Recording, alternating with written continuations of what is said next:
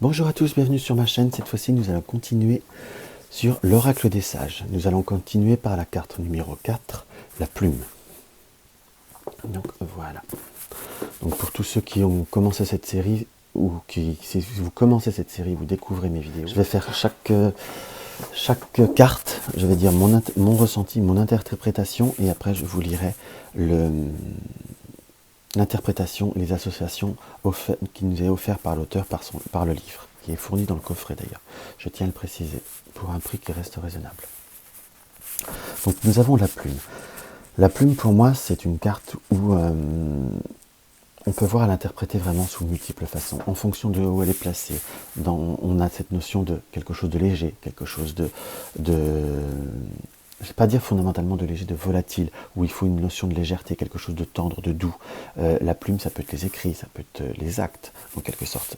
À côté du parchemin, pour moi, ça peut être des actes écrits, ça peut être des papiers administratifs, notariés, ou même quelque part une forme de signature, parce qu'on peut avoir la plume, le parchemin et les anneaux, donc c'est vraiment une signature de contrat, pour certaines situations, un contrat de mariage également. Donc la plume, à la fois, a beaucoup d'interprétation. Pour moi, elle est ni neutre, elle n'est pas neutre, elle n'est pas ni neutre, pardon. Elle n'est pas négative, elle n'est pas positive, elle a une certaine neutralité. Elle est plutôt constructive dans certaines situations. Voilà, après, peut-être je regarderai ce que le livre nous en dit, mais pour moi, il y a vraiment une notion d'écrire, de tremper sa plume dans certaines encres pour écrire de nouvelles pages, écrire de nouvelles situations. Et presque cette carte au premier abord, je ressens comme quelque chose, j'ai presque toujours eu un peu la vision d'une plume qui tombe du ciel, tout doucement, légèrement. Donc c'est pas une carte de rapidité par rapport à si je demande un conseil par rapport à, par exemple, à une situation, soit affective, soit professionnelle, je sors de la plume, donc c'est savoir écrire doucement, légèrement une situation, écrire par petites notes, écrire tendrement, enfin j'aurais presque cette notion de tendresse qui apparaît, ne pas être dans le forcing, dans le notion une sorte d'agressivité ou d'une action trop rapide. Cela vous apportera rien. Par exemple, pour des études, si on sort la plume, qui est aussi une écrit, c'est savoir s'organiser, de ne pas se prendre au dernier moment. Enfin, vous voyez, il y a une multitude de possibilités grâce à la plume. Et là, je vous en donne qu'une partie qui peut voir à nous être donnée par rapport à... Après, il faut voir vraiment avec une association. Donc, voilà. Ce qui peut voir à être donné par rapport à cette plume. On va voir ce que le livre nous en découvre. La plume. Donc là, c'est carte positive. Vous voyez, moi, j'étais sur une carte, ça dépend de la situation. Je ne sais pas que je dis que voilà, c'est la vision de l'auteur, c'est pour vous donner qu'on peut voir à tout faire. Nous avons écrit signature, douceur, on est bien dessus, bienveillance, pureté. Donc on est quand même je suis quand même un peu sur la même, on est tous un peu sur la même énergie par rapport à cette carte. Donc carte très positive, la plume symbolise dans un premier temps les écrits et les signatures, contrats, documents, ça on est d'accord. Elle représente ensuite les domaines de la personnalité et de l'émotion. Sur le domaine affectif, ces cartes indiquent une relation sincère, un partenaire qui assume sa sensibilité, accompagné de cartes négatives.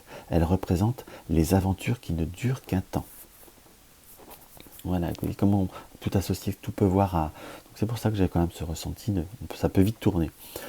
Professionnel, la plume représente la signature d'un contrat, d'un document. C'est une carte positive en ce qui concerne le domaine professionnel et administratif. Sur le domaine spirituel, grande sensibilité aux énergies environnantes d'un lieu ou d'une personne. Les exemples d'association, la plume et la carte de la vie. Ces créations nées de la sensibilité. La plume et le loup, amitié sincère. La plume et la divination, facilité à ressentir les événements. La plume et le pendule, sensibilité aux énergies. La plume et les abîmes, grande sensibilité en réponse à un traumatisme ou à une épreuve. Même les abîmes qui datent de loin presque, on peut voir à faire. Plume plus la faim, le changement de comportement. La plume plus la foudre, saine colère. La plume plus le lien, ce que j'ai dit les anneaux tout à l'heure, attachement sincère. Et voilà. Donc voilà ce qu'on peut voir à ressentir par rapport à cette configuration, par rapport à cette petite carte qui tiens, on va s'amuser à faire, pour changer un petit peu, on va en tirer 3 et voir ce qu'on peut voir à interpréter, ce qu'il peut voir à faire un message pour certains.